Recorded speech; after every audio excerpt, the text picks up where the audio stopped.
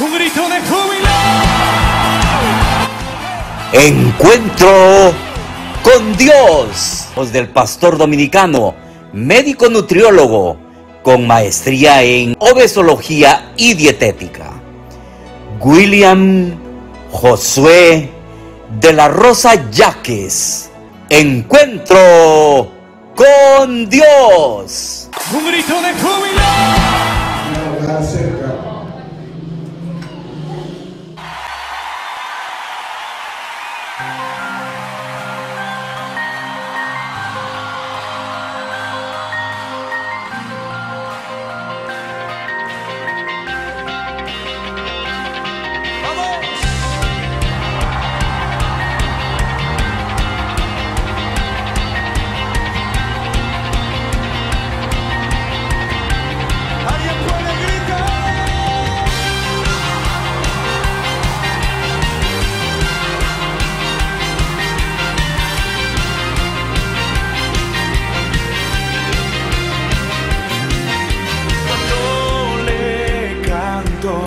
La tierra se estremece, los muros caerán. Cuando le adoro, se rompen las cadenas, los muros caerán. ¡Vamos! Los muros caerán, los muros caerán, al sonar mi cántico. Caerán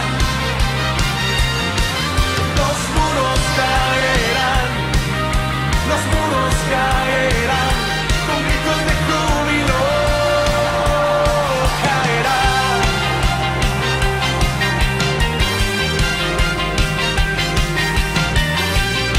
Grito de victoria. Cuando yo danzo, aumenta Dios mis fuerzas, los muros caerán. Cuando yo grito, mis enemigos huyen, los muros caerán. Los muros caerán, los muros caerán, al sonar mi cántico caerán. Sí, los muros caerán, los muros caerán.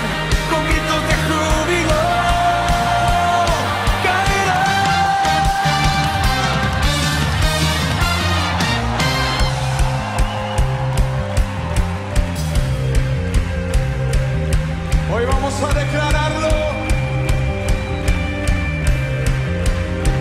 Caen los muros. Caen los muros. Caen los muros. Caen los muros.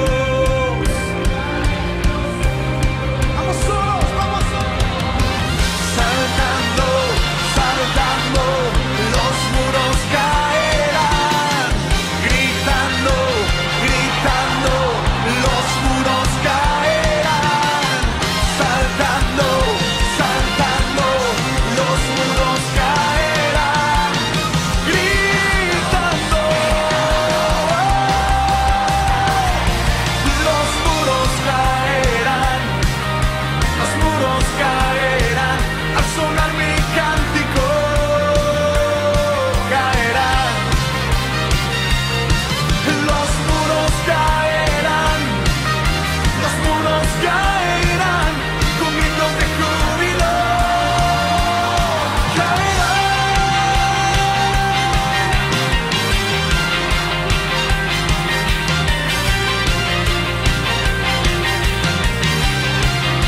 Un buen grito de alegría. Quiero hablar sobre la revelación de la vida devocional. Amén.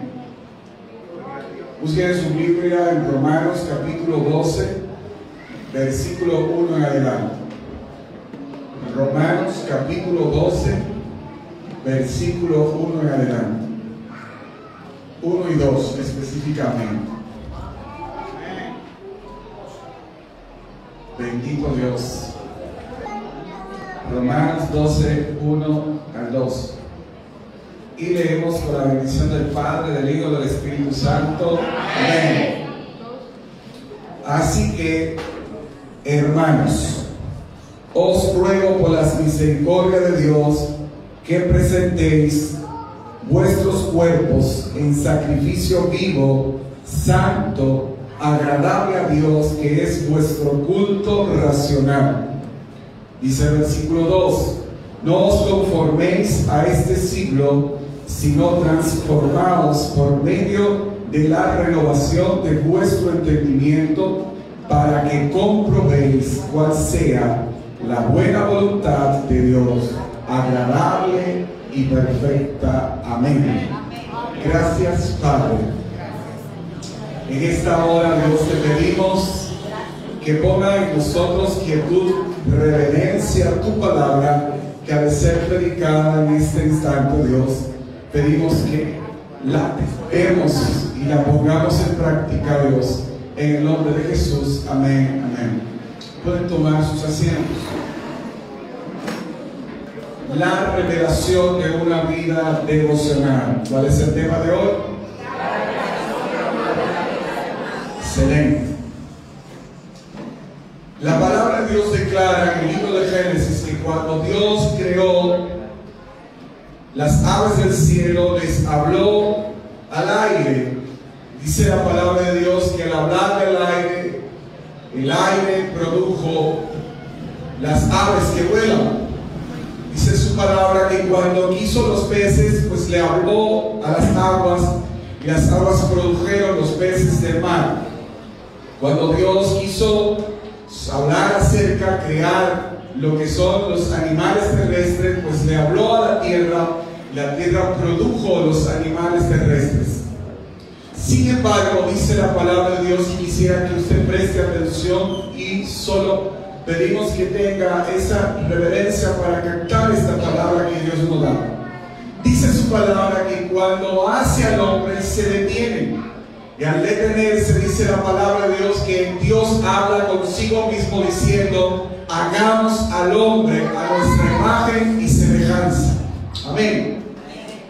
Esto quiere decir que Dios no dijo a la tierra, no dijo al aire, no dijo al agua que se hiciera el hombre. Y aunque el hombre viene de la tierra, no obstante, su palabra declara que habló consigo mismo para crear al hombre. Esto quiere decir, sin lugar a dudar, de que al nosotros entender esta verdad, esta revelación, nos damos cuenta que Dios nos estaba indicando algo trascendental para los seres humanos. Y es que cuando un ave muere o se saca de su hábitat del aire, pues el ave pierde su sentido y su existencia. Cuando sacamos el pez del agua, él pierde su existencia porque el pez no está diseñado para vivir fuera del agua. Pero cuando introducimos un animal terrestre en el agua, el animal terrestre muere porque no fue diseñado para vivir dentro del agua. El hombre fue diseñado, como no viene del aire, no viene de la tierra ni del agua, fue diseñado por Dios, su imagen y semejanza, y esto lo coloca en una independencia absoluta de su creador. Esto quiere decir que sin Dios, si sacamos al hombre de su conexión con Dios, el hombre pierde su vida. De ahí que cuando Dios le dice al hombre: si desobedeces, ciertamente morirás. El hombre no depende del agua, el hombre no depende de la tierra, no depende del aire, no depende de estos elementos, depende de Dios, depende de su creador. El hombre fue diseñado para estar conectado a su creador. Dios nos ha creado para relacionarse con nosotros. No lo tienen los animales, no lo tiene el mono, lo tiene el hombre, que tiene la capacidad de comunicarse, de conectarse con su creador. Y esto es tan importante que nosotros lo entendamos, porque si no entendemos esto, entonces de vano sería hablar lo que hoy nosotros vivimos. ¿Y qué qué es lo que estamos viviendo en la actualidad? De que el hombre ha sacado a Dios de su ecuación, de su vida diaria. Y al sacar a Dios, entonces el hombre ha perdido la vida, ha perdido el sentido, ha perdido el rumbo. Y al perder el sentido y el rumbo, el hombre no se encuentra vacío, se encuentra sin norte. De ahí que Dios entonces tiene que establecer nuevamente, después de la caída del hombre, el que nosotros nuevamente nos reconectáramos con nuestro Creador. Esto al principio no era necesario para el hombre. Dice la Biblia que Adán hablaba con Dios. Sin embargo, después del pecado se perdió la conectividad. Por eso en Génesis 4:4 nos dice que cuando nació Set, el hijo de Adán, el sustituto de Abel, dice la palabra en Génesis que los hombres comenzaron a invocar a Dios. Y esto nos llama la atención que cuando a Set, con T al final, le nació su hijo Enos, dice la Biblia que los hombres comenzaron a invocar a Dios. Habían transcurrido miles de años y el hombre no oraba, no tenía una vida devocional. Es ahí el génesis de una vida devocional. Y nos preguntamos, ¿y por qué la gente después de más de 1000 años comenzaron a invocar el nombre de Dios? Comenzaron a establecer una vida devocional. Bueno, le comenzaron a establecer, y quizás tenemos que conocer qué significa el nombre Enos. Y Enos significa aquel que está débil o aquel que está vacío. Es decir, que basado en esta revelación del nombre de Enos, nos damos cuenta que cuando el hombre se sintió débil, que cuando el hombre se sintió vacío, comenzó a invocar a quien él depende de su Creador. De ahí que nosotros podemos saltar, brincar y hacer cuantas cosas, pero si no tenemos una relación con Dios, y es lo que hoy vengo a hablarte, la revelación de lo que es una vida devocional. No estoy hablando de un programa, yo no estoy hablando de un evento, yo no estoy hablando de un momento, no te hablo de un retiro de 3 días, no te estoy hablando del campamento juvenil en Semana Santa, no te estoy hablando acerca de venir cada mañanita, te estoy hablando de vida. Y vida significa algo continuo. Vida debe ser un hábito, un estilo de vida permanente que nosotros debemos buscar. Porque hay gente que hoy se llena y mañana están vacíos porque no tienen vida devocional. Realmente nosotros estamos acostumbrados a las emociones, a saltar, a quizás a revolotearnos, a gozarnos en las cosas que hacen, pero automáticamente no tenemos el contacto con esto, entramos a nuestra realidad existencial, y es que no tenemos vida devocional. Por eso hay vacíos existenciales aún dentro del pueblo de Dios, porque nosotros no estamos estableciendo una vida devocional diaria, constante con el Creador. Es una conexión, es una vida de intimidad. Yo no te estoy hablando de 3 minutos, hoy me levanto y digo, Señor, cúbreme y guárdame, me voy para mi trabajo, etc.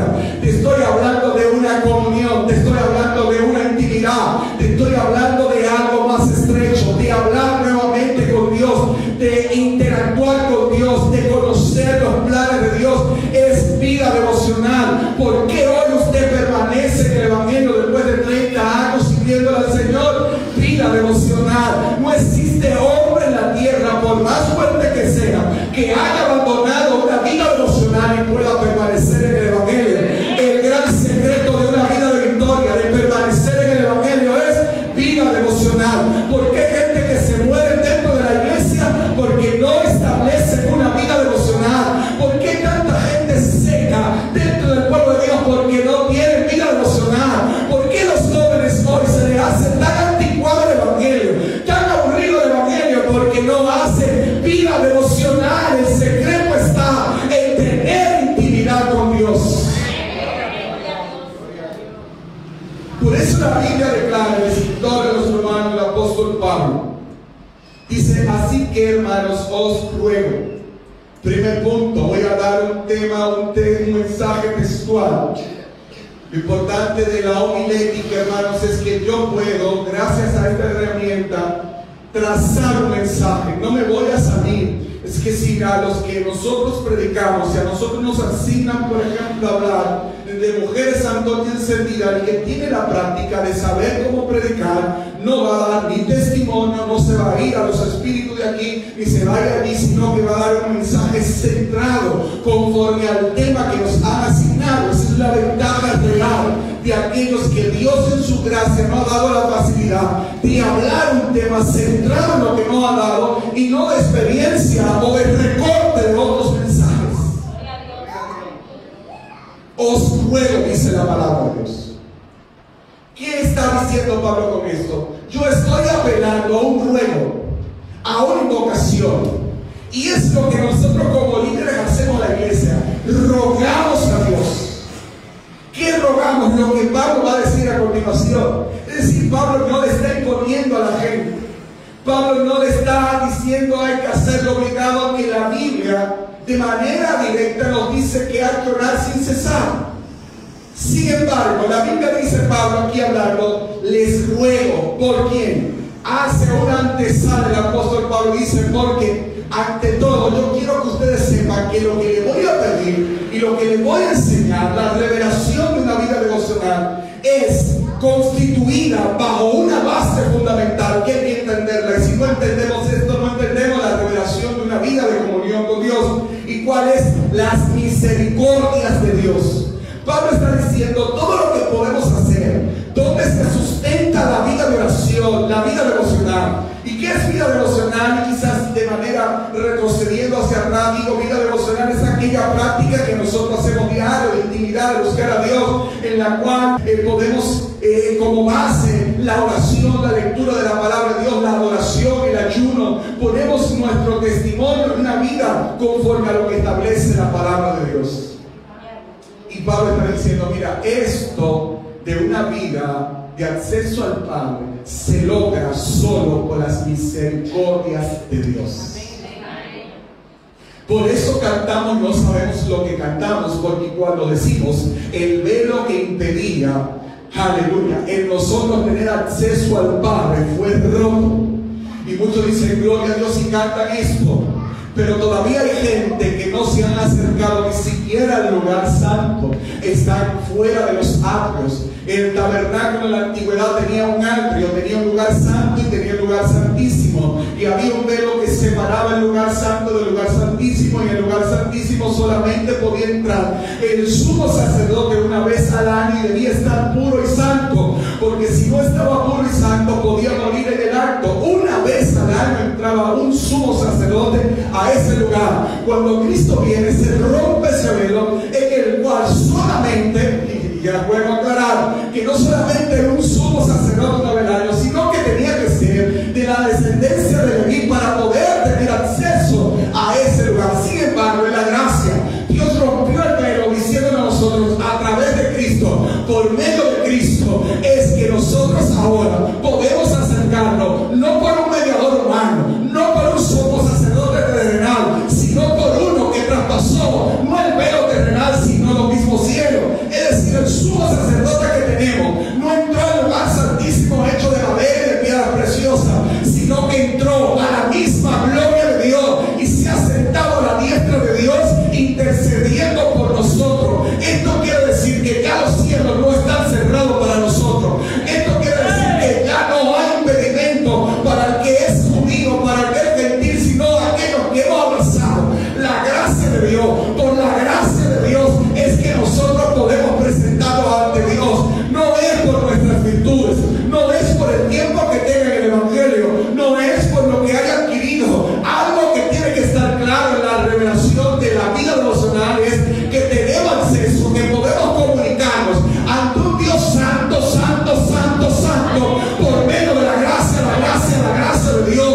De manera que por nuestros defectos, por nuestras debilidades, no pudiéramos ni siquiera estar cerca de Dios. Pero gracias a la gracia, gracias a la gracia, es que nosotros hoy podemos entrar confiadamente hasta el trono de su gracia. Por eso Pablo dice, por las misericordias, que presentéis vuestros cuerpos en sacrificio vivo. ¿Cuál es el resumen de una revelación de una vida devocional? Entender que todo lo que hacemos, y si tenemos una vida devocional, es por la gracia de Dios, número uno. Y lo número dos es que esto debe involucrar un presentarse ante Dios. ¿Qué quiere decir esto? Que hay una fase en la que Dios se acerca a nosotros por la gracia. Pero hay una parte donde yo tengo que presentarme ante Dios. Y eso de presentarse está en un presente continuo. No dice a veces presentarse, sino que debo continuamente presentarme. Y el gran problema de nosotros los creyentes es que no hemos entendido que la oración no es algo, la vida devocional, algo del momento o un 911. Hay gente que se mete en comunión y hace vida devocional cuando tienen problemas, cuando hay dificultades, cuando tienen escasez, cuando tienen enfermedad. Tú lo ves ayunando, llorando, invocando el rostro de Dios, pero cuando tienen una necesidad, después tú no lo ves más. Necesito un empleo, ahí estoy ayudando, llorando, ahí estoy iniciando, pero conseguí lo que necesitaba, se fue. Dios quiere decir a nosotros, mira, la vida devocional es un acto de continuamente presentarse ante Dios. Es un hábito que se va a crear en nosotros. Y esto implica, hermano, hacerlo continuamente. Va a haber momentos donde tu ser no quiere hacerlo. Y ahí a veces hay que decirle, alma mía, mira, aunque tú no quieras, tienes que doblegarte ante Dios. El creyente, hermano, que ora a veces, que tiene una vida devocional a veces, tiene problema. Porque es que la vida espiritual, alguien decía, la vida espiritual es como el aire. Si dejamos de respirar, nos morimos. La vida espiritual es como el alimento. Si dejamos de comer, nos morimos lentamente. La vida espiritual es lo que nos fortalece. La vida devocional es lo que nos sustenta. El creyente que deja de clamar y buscar y tener una vida de comunión es un creyente que está destinado al fracaso. Dice alguien, decía Charles Spurgeon, decía que él, si nosotros permanecemos orando constantemente, es muy probable que no permanezcamos en la tentación. En pocas palabras, para no estar viviendo en la tentación, necesito vivir en la oración. La perseverancia, elemento que nos hace falta a nosotros. Mire usted, por más afanes que tenga, por más poco tiempo que tenga, hay un tiempo que debe ser innegociable en nuestras vidas. Yo decía, hermano, mira, si yo estoy tan turbado en que tengo que predicar, en que tengo que tocar, en que tengo que enseñar, en que tengo que hacer esto, y no saco el tiempo de orar. Mire, usted puede hacer lo que usted quiera, hacer y organizar lo que usted quiera, hasta el día de su boda, y decir, el día de su boda hay que tener en todo tiempo, dice la palabra de Dios. Es decir, hermano, que ese es un tiempo que es innegociable. Aleluya. Y la gente ha postergado la oración para un tiempo después. No tengo tiempo para hacerlo. Aleluya. No tengo tiempo. Decía John Piper que la tecnología, el uso del internet, del WhatsApp y de las redes nos demuestran que el hombre no ora por falta de tiempo, sino por falta de interés. Porque antes que no existían estos medios, la gente decía lo mismo, que no tenía tiempo. Y ahora hay gente que a los medios tecnológicos le dedican hasta más de 2 y 3 horas al día. Entonces él está diciendo y sustentando su hipótesis de que la gente no ora no por falta de tiempo, sino por falta de interés. La vida devocional, hermano, se le puede olvidar lo que sea. Usted puede dejar de predicar hasta un día y decir, hoy no puedo predicar porque no he tenido comunión, no he tenido una vida devocional. Aleluya. Yo sé que hay gente que se monta en el tren de hacer las cosas simplemente y quizás en el afán, en el espíritu de Malta que está imperando en esos tiempos, en el espíritu de afán, en el espíritu de ansiedad, en el espíritu de que no tengo tiempo, hermano. Es mejor llegar tarde a los sitios. No es que estoy llamando a llegar tarde, pero es mejor llegar tarde y no llegar sin orar. Es mejor retrasarse un espacio, que la gente te critique y que diga, ¿y por qué no sale? ¿Y por qué no está? ¿Y por qué no habla? ¿Por qué no comparte? Porque estoy en comunión, porque estoy viviendo intimidad. Hay un espacio, yo le he dicho a mi esposa, cuando estoy en comunión, nada me molesta, nada me desconecta, estoy hablando con el Rey de Reyes y Señor de Señores. La gente tiene que establecer un hábito en su vida de decir, voy a clamar, voy a orar, voy a buscar el rostro de Dios continuamente. Continuamente, hermano. Por eso Pablo dice, que es una vida devocional, hermano, el presentar vuestros cuerpos. ¿Cuál es el primer paso de la vida? Presentar vuestros cuerpos. Pablo, que tenía conocimiento de lo que era la ley, sabía que en la antigüedad se hacían sacrificios de animales. Ahora Pablo está diciendo, mire, ya Cristo nos dio el ejemplo. Cristo murió, fue crucificado. ¿Qué nos resta a nosotros? También morir juntamente con Él. Por eso el primer paso que dice, presenta tus cuerpos, y está hablando en plural, hablando de que el ser humano está compuesto de 3 elementos: espíritu, alma y cuerpo. Seres tripartistas, aunque algunos hablan de seres dualistas, es decir, solamente espíritu y cuerpo, pero la realidad, a la luz de la Biblia, entendemos que somos seres tripartistas. Es decir, que Pablo está diciendo, acerquen sus 3 cuerpos, sus 3 elementos fundamentales, y preséntenlo ante Dios. Decir, oh Señor, yo no traje una ofrenda física, hoy yo traigo mi mismo cuerpo como ofrenda agradable delante de ti. Por eso el que lee la Biblia se da cuenta de la revelación de lo que es la vida devocional. En Génesis 4:26 dice que claramente Dios vio con agrado la ofrenda de Abel. Amén. Pero dice el texto bíblico que Dios vio agrado a Abel y su ofrenda. Es lo que dice realmente la palabra de Dios. ¿Qué quiere decir esto? A veces leemos rápido y no nos damos cuenta. Dios no resalta primero la ofrenda, Dios resalta primero a Abel y después su ofrenda.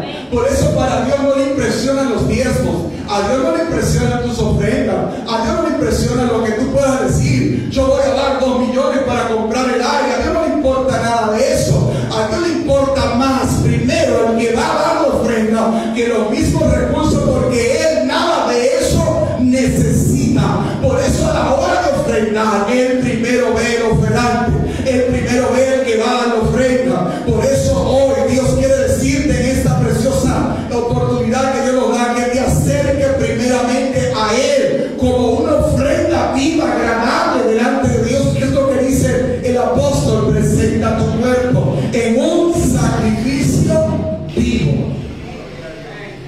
¿Qué es una vida devocional? ¿Cuál es el secreto de la vida devocional? En el que cada día yo, a través de la vida devocional, debo morir cada día. ¿Por qué tanta gente con desequilibrios emocionales? Porque no tienen una vida devocional correcta. Mire, hermano, ¿ustedes creen que nos vemos aquí, nos paramos? Hay momentos donde nos llegan dardos y ataques. Pero ¿dónde se mueren esos ataques? En la presencia de Dios. Hay momentos donde quizás usted quiere decir, bueno, vamos a soltar esto, o vamos a dejar de hacer tal cosa. Pero cuando tú te vuelves a la presencia de Dios, tú encuentras realmente, aleluya, la paz que tú necesitas.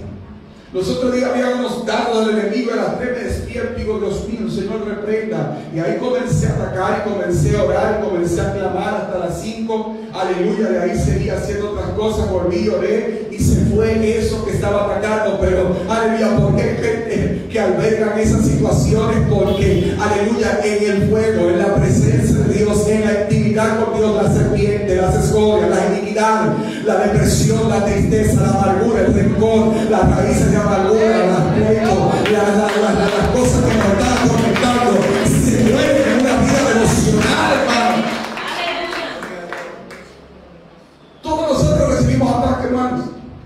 Yo decía los otros días, Señor, pero hay iglesias que están esperando que yo le dé clases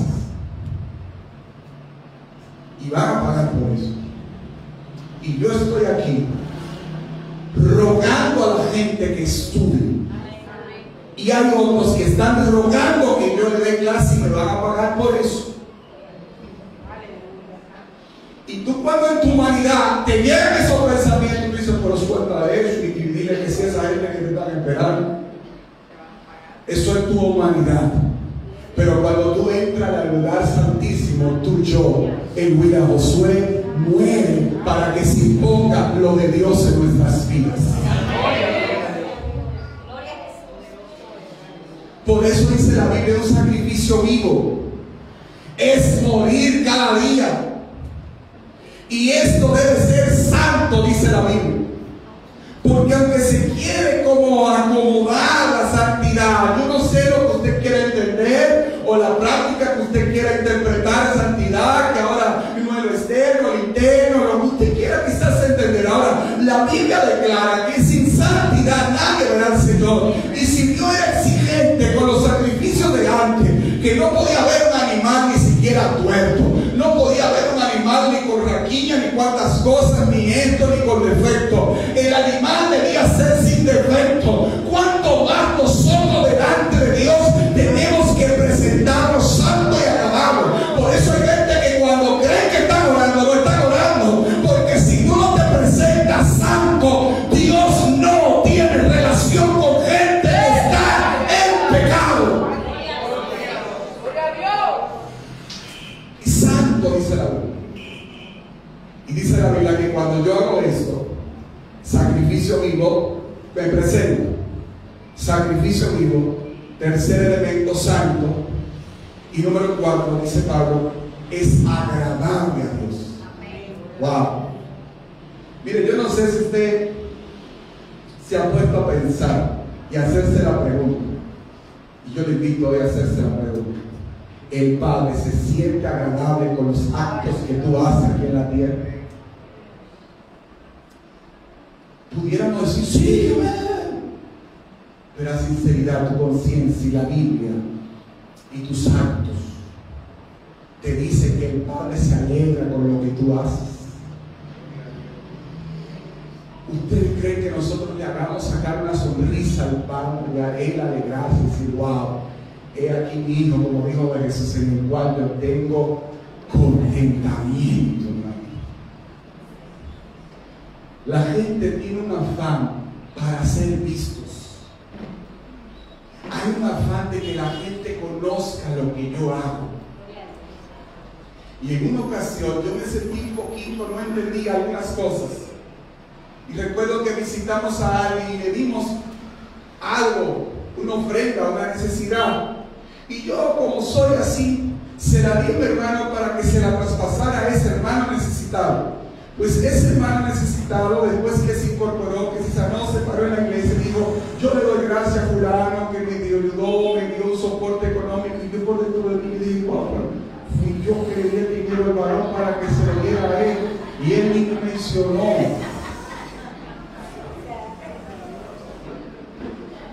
Y Dios me hizo entender algo. Y esta verdad se la quiero compartir.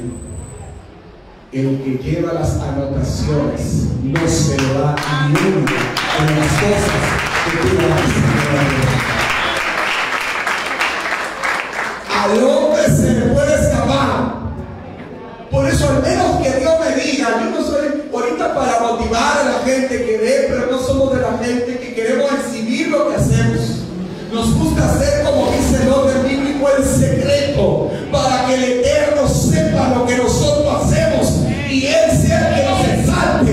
Porque si yo recibo mi gloria aquí en la tierra, entonces la gloria que Dios me va a dar no me la va a entregar, porque ya no la recibí aquí en la tierra. Por eso yo prefiero la gloria de Dios. No me interesan los likes, no me interesa ser famoso, no me interesa ser reconocido, sino conocido por el Dios eterno.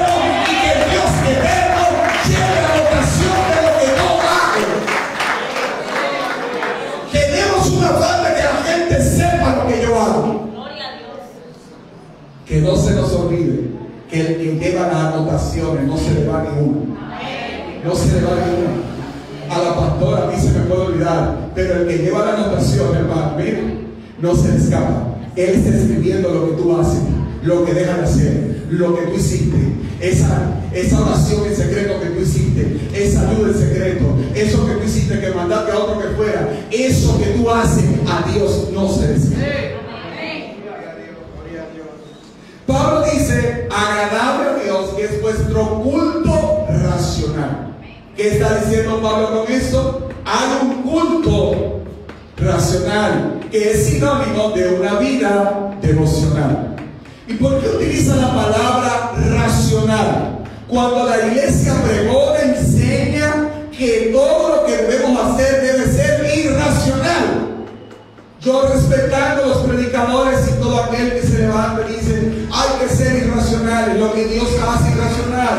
Bueno, lo que Dios hace no parte de una mente humana, pero no deja de ser irracional. El que tú no lo entiendas, el que tú no lo comprendas, no quiere decir que tengamos un Dios irracional o ilógico o lleno quizás de falta de razón, porque la razón parte de Él y nos la ha impregnado a nosotros. Aleluya.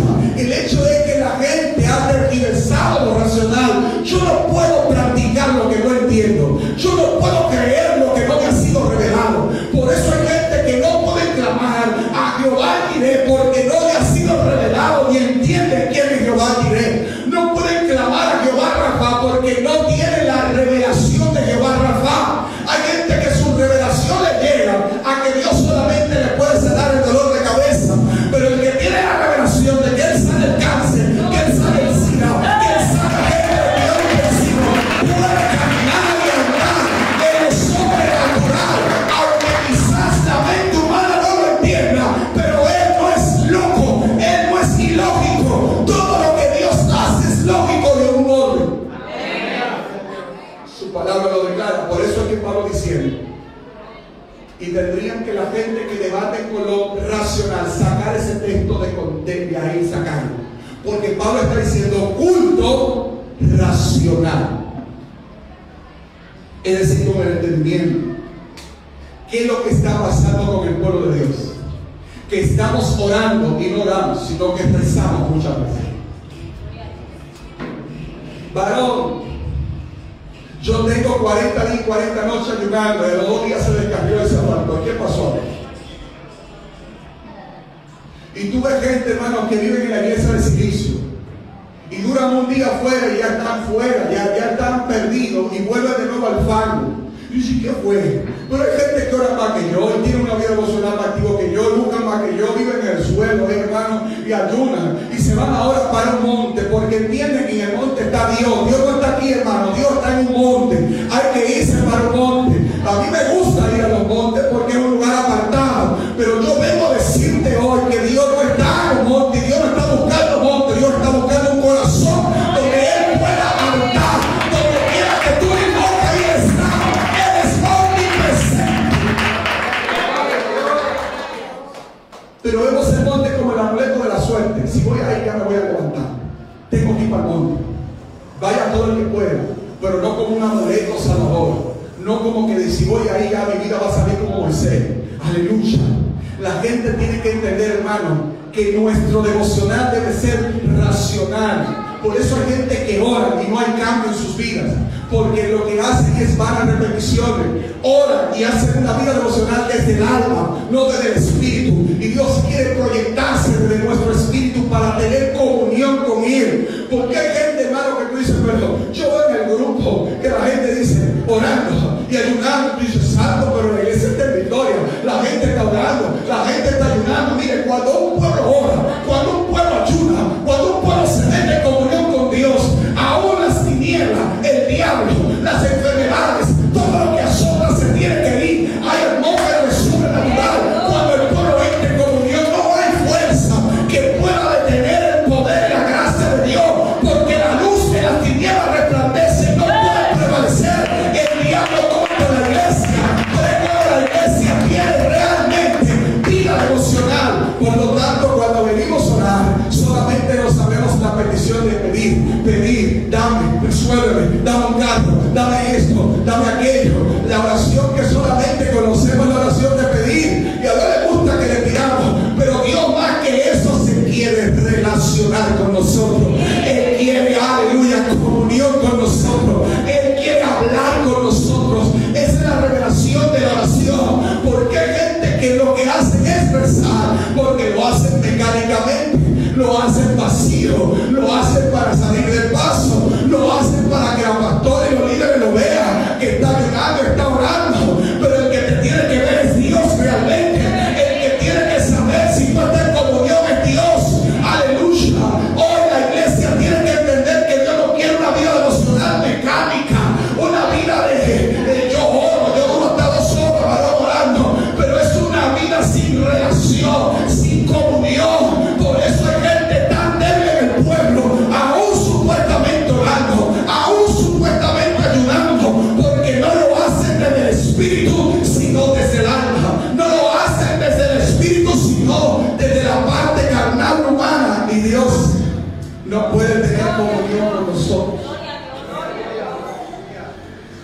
entendiéramos esto, hermanos, dejaríamos de orar como rezan los religiosos. Señor, dame, Señor, resuélveme. La oración modelo es: Padre nuestro que estás en los cielos, santificado sea tu nombre, venga tu reino, hágase tu voluntad. Y en esa voluntad es que Pablo dice: no se conformen a este siglo. El enemigo quiere que nosotros nos conformemos, nos adaptemos a este siglo, hermano. Y nosotros tenemos, hermanos, que salir del sistema que nos quiere arrotar. Hay un sistema que nos quiere esclavizar. Hay un sistema que nos quiere volver. Hay un sistema que quiere moldearnos. Pero he aquí el pueblo que hoy se levanta y dice: me salgo del sistema, me salgo. Mira, si algo me impide tener mi vida de comunión con Dios, mi vida devocional, yo debo desecharlo. Yo no tengo que esperar caer, yo no tengo que esperar fracasar. La iglesia tiene que entender que no debe haber ni empleo, ni relación, ni amistad, ni celular, ni internet, ni aleluya, ni aparato parabólico que impida mi relación y mi vida de comunión con Dios. Si esto es amenazado por eso, debo desejarlo y entrar en una comunión perfecta con el Dios creador.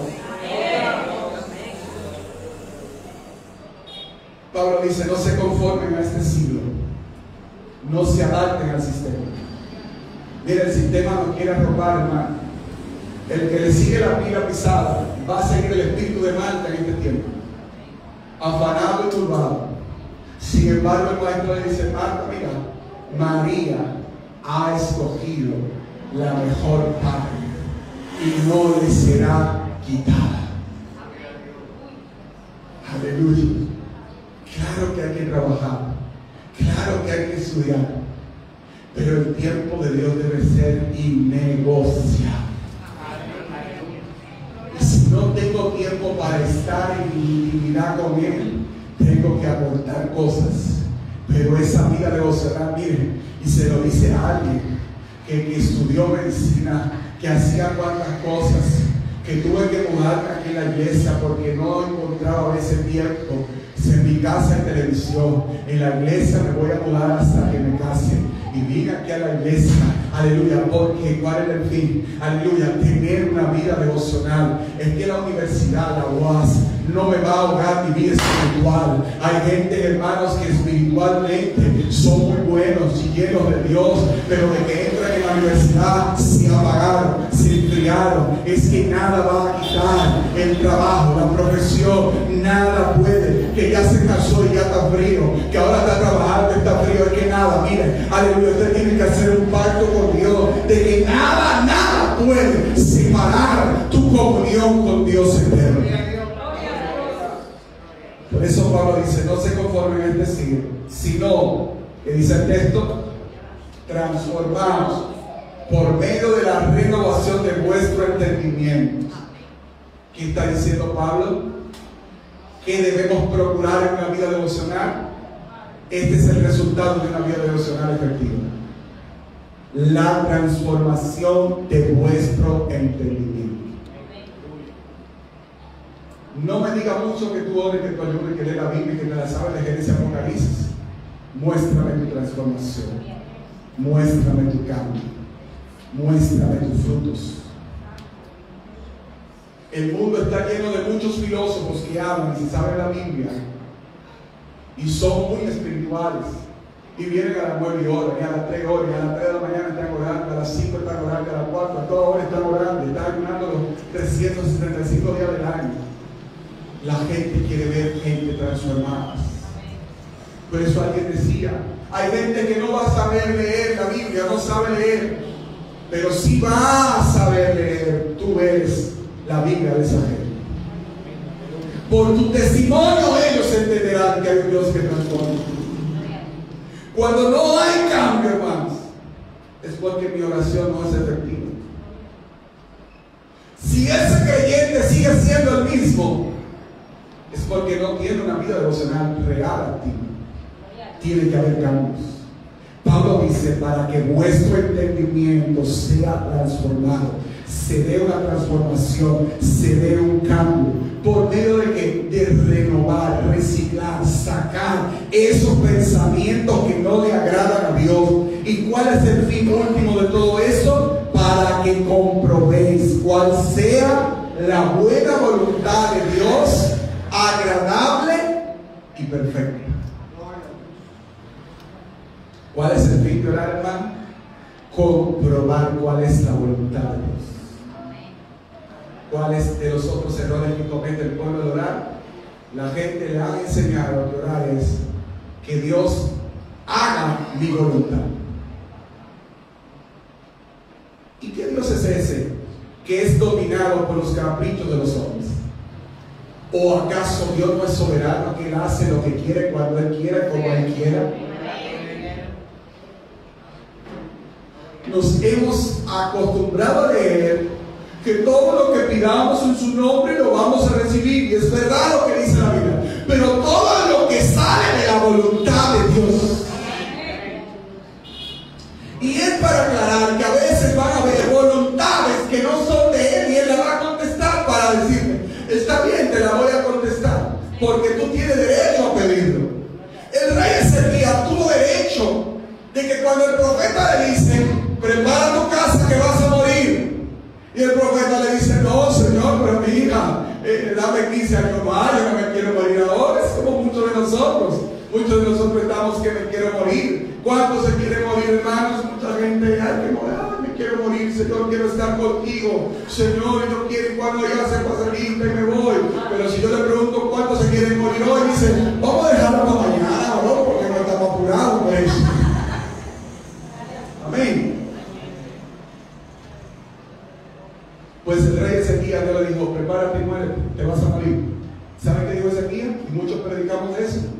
Ezequías hizo lo correcto, le demandó a Dios, dame 15 años más. Cuando sale algo de la boca de Dios, para que la voluntad de Dios sea agradable y perfecta, y no se quede solamente en voluntad, es mejor obedecer lo que Dios quiere para con nosotros. ¿Qué pasó con Ezequías? Le llegó un hijo que fue más malo que el diablo. 55 años gobernando, y no buscó a Dios, sino que metió al pueblo en la idolatría, en todas las cosas sucias y pecaminosas. Y no es solo eso, sino que también él se puso a exhibirle a la gente de Babilonia, mire, el templo, qué bonito. Y dijo Dios, por eso que hiciste, por esa vanidad y esa vanagloria, el pueblo de Babilonia vendrá y se va a llevar todo el oro que dio. Por eso cuando Dios salió algo que de la boca de Dios que dice, esta es su voluntad, usted debe acatar, obedecer la voluntad de Dios. No la viuda varón, la viuda que insistía, la Biblia dice, y le enseñó una parábola para enseñarnos la necesidad de orar siempre.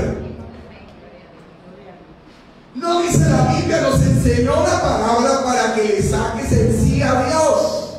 Nos está enseñando una parábola de ser insistente en buscar cuál es la buena y agradable voluntad de Dios para convivir. Mira, el que tiene vida devocional está completo en Dios. Por eso, yo no necesito otra casa, ni otro hogar. Ni siquiera necesito tener hijos. Porque si necesito tener hijos, estoy diciendo que algo me falta. Y si digo que algo me falta es porque estoy incompleto. Y yo estoy completo en Él. Nada me falta porque estoy completo en Él. Porque Él lo llena todo. Yo no necesito otro carro para ser feliz. Yo no necesito otra casa para ser feliz. Yo no necesito hijos para ser feliz. Yo soy feliz. Yo estoy gozoso. Yo tengo a Dios. Cristo, el hombre más completo, se fue sin casar y se fue sin hijo. Y se fue el hombre más victorioso aquí en la tierra. La iglesia tiene que entender que cuando tenemos vida devocional no nos falta nada. Estoy completo, estoy lleno. Hay gente que tiene la casa, que tiene el vehículo, que tiene los hijos, que tiene la visa, que tiene todo y está vacío. Aleluya, ¿por qué? Porque aquel que tiene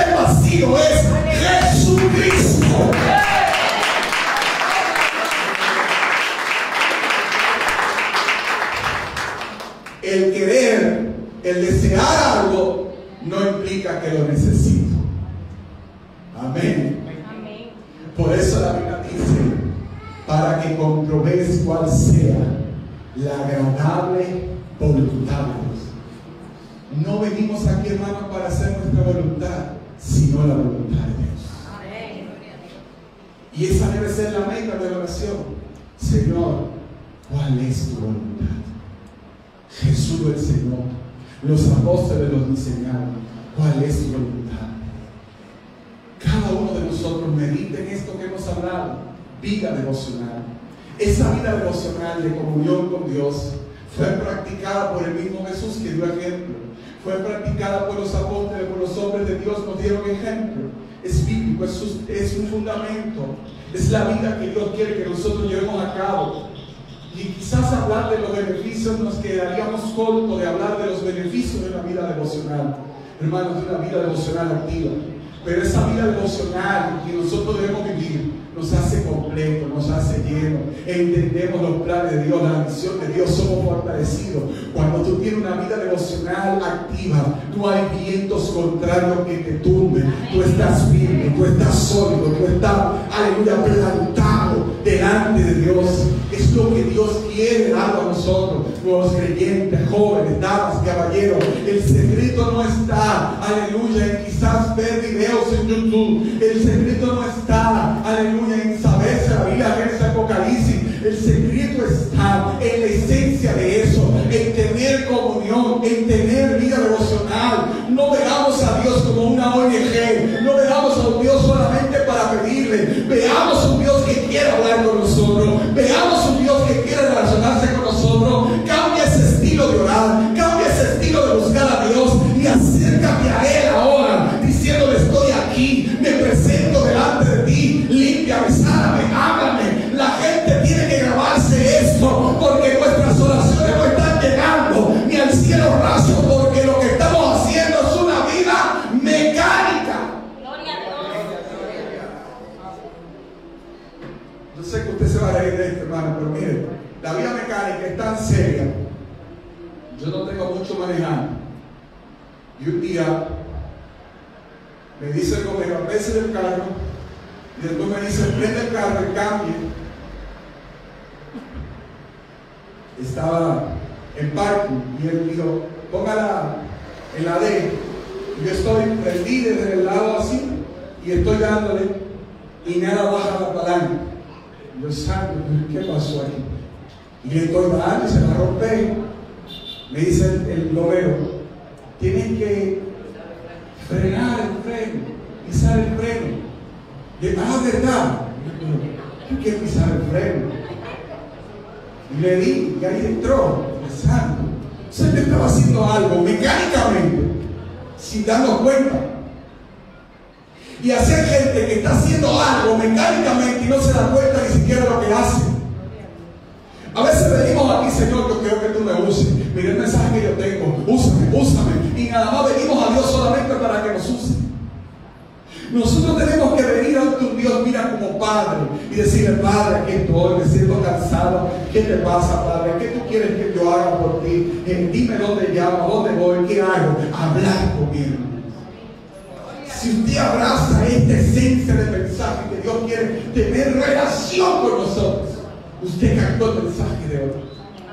Que a partir de ahora no vengamos con esa oración del Señor: mira a mis hijos, mira a mi mamá, mira a mi sobrino, el perro que está bien enfermo, mira aquello. Y a veces nada más nos pasamos en los grupos. No es que este va a mandar a orar, nosotros estamos para orar entre muchos, pero a veces hay gente que mandan orar y a veces ellos mismos ni oran, mandan a orar por esto y no oran ellos. Y más que pasarnos la vida entera orando por los enfermos, por el que se va a morir, porque hay gente que se va a morir. Dios quiere tener relación con nosotros. No es que no seamos insensibles, oramos por los enfermos, oramos por aquellos que están en un lecho, pero más que eso, es más que eso, es esencia, es buscar la esencia, es buscar al Dios, es buscar no al Dios que suple, sino al Dios mismo, que es el que da las necesidades nuestras. Es lo que Dios quiere con nosotros, vida devocional. Concluyo diciendo: todos los grandes avivamientos y hombres de Dios entendieron que sin vida devocional era imposible avanzar. Por eso el gran avivamiento que pensó en Pentecostés, los discípulos duraron 10 días ayunando y orando.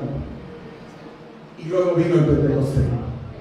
Jonathan Edwards, predicador, dice que cuando preparó su mensaje a predicadores, o más bien pecadores ante un Dios sagrado donde se convirtieron muchas personas, pasó toda la noche orando, más de 7 horas orando, para que Dios se glorificara en su vida y lo usara, pero era una vida de comunión. Dice que Abraham Lincoln duró más de 3 noches sin dormir, orando y meditando cuando se dio la guerra civil en Estados Unidos. George Washington dijo una célebre frase que dice: no puede haber una nación bien gobernada sin Dios y sin la Biblia, sin una vida de oración, añado yo. Es decir, que aún esos hombres historiadores estaban convencidos. Aún nuestro Juan Pablo Duarte exclamó la Biblia: Dios, paz y libertad. Y exclamó claramente que conoceréis la verdad y la verdad os hará libre, en el libro de Romanos 8, Juan 8, 31 y 32. ¿Qué quiere decir esto? Que no estaban claros de que no hay victoria sin una vida devocional. Incline su rostro ahí donde está. Espíritu de Dios, ayúdanos a entender estas verdades, que tu palabra llegue a nuestros corazones y que la pongamos, oh Dios, en práctica. Es mi deseo, mi anhelo, que la revelación de una vida devocional, esta introducción, porque el tema es amplio, nosotros entendamos estas verdades que tú nos has dado. Gracias te damos, Señor, en el nombre de Jesús. Amén, amén, amén. Damos gracias a Dios, hermanos. Si tenemos alguna vida que no ha acercado al Señor, oramos por ella. Amén, para que Dios toque sus corazones y le libere y obre en ellos salvación. Amén, gloria a Dios. Así que en este momento, Un grito de júbilo. Encuentro con Dios. En la voz del pastor dominicano, médico nutriólogo, con maestría en obesología y dietética, William Josué de la Rosa Yaques. Encuentro con Dios. Un grito de júbilo. Un grito de júbilo. Encuentro con Dios. Iniciemos la semana de la mano del Creador. Todos los lunes a las 8 en punto. Un grito de júbilo. Encuentro con Dios. En la voz del pastor dominicano, médico nutriólogo, con maestría en obesología y dietética, William Josué de la Rosa Yaques. Por TV Sur Canal 18. Recuerde, todos los lunes a las 8 en punto. En el puerto Acompáñenos. de la República de Guatemala. Tengo una palabra de Dios para ti que será